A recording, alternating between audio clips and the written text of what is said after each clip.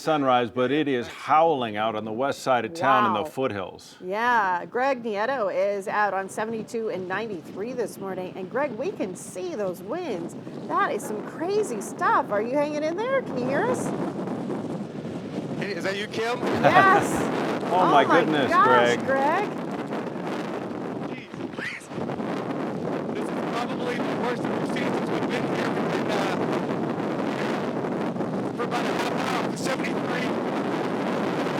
72. All right, Greg, we're having a difficult time hearing you. We're seeing you, but the microphone is obviously being adversely affected by those winds that we're being told are up to 80 miles an hour. And you can see Greg, who is a big guy, is having a very difficult time standing. He's standing at about a 15-degree angle, and just amazing picture. Let's take it full just to see these pictures of what Greg is standing in at 72 and 93. Can we take Greg's picture full? There we go.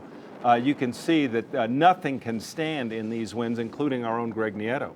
That's right, and you can see they do have just a little bit of snow up there. It is whipping across the highway there. Now, of course, there is a high-profile vehicle warning for this area. I mean, beware if you're headed down this stretch here. That could be some difficult driving for you. Even we can hear you a little bit, Greg. I'm just the mic is so broken up by all the wind that it's difficult to make out what you're saying. Try now. There you go. Is that better? Yeah, tell us what's going on.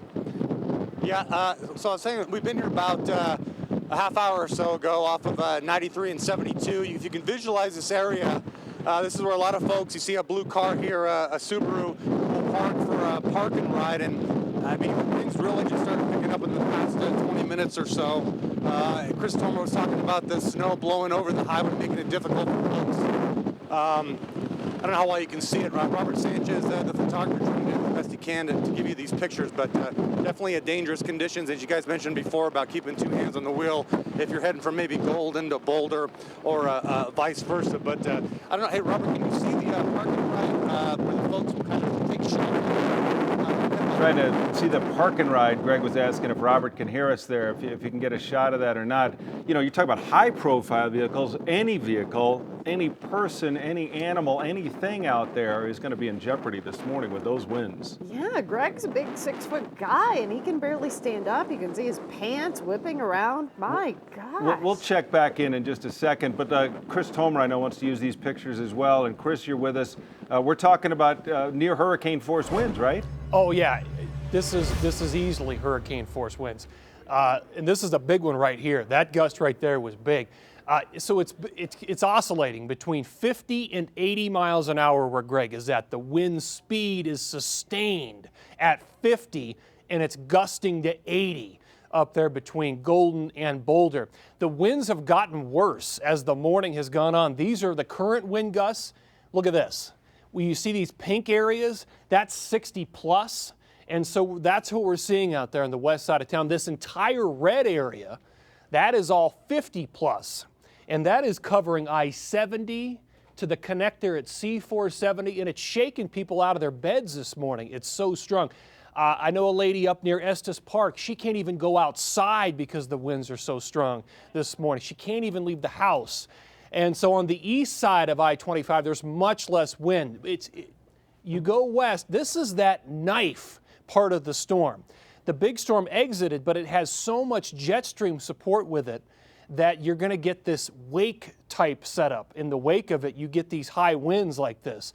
And so what it's also going to do, and this is really the story, the snow will begin to develop. It generates a lot of snow on the heels of these northwest winds. So the ski areas will start to pick up snow out of this pattern because the winds will come up over the high peaks at maybe 12,000 feet. And it hits those higher peaks and it lifts the air, so you get this effect of a really efficient flow pattern up there. So the wind will then develop some wave clouds across I-25, and it will tend to warm the air just a little bit. Of course, there's a downside of the wind chill with this, but the numbers are warmer. 44 Denver, 46 Lakewood. And here it is. Here's the setup. So those strong northwest winds will start to generate and squeeze out a lot of snow at the ski areas.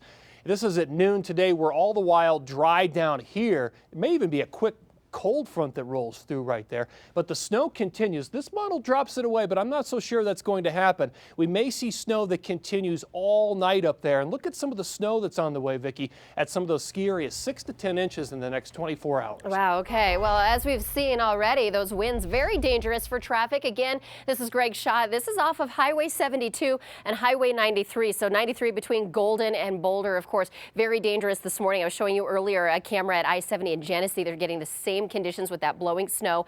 And of course, that can freeze on the road and cause icy conditions as well. So as Tom was saying, not just high-sided vehicles, but anybody really need to hang on to the wheel this morning. You see the trees kind of whipping around. This is near Silver Plume, I-70 near Silver Plume once again. But I-70 near Georgetown is now open following a semi-accident. Also, you can see the camera bouncing around I-25 near Quincy as traffic gets a little bit heavier around town.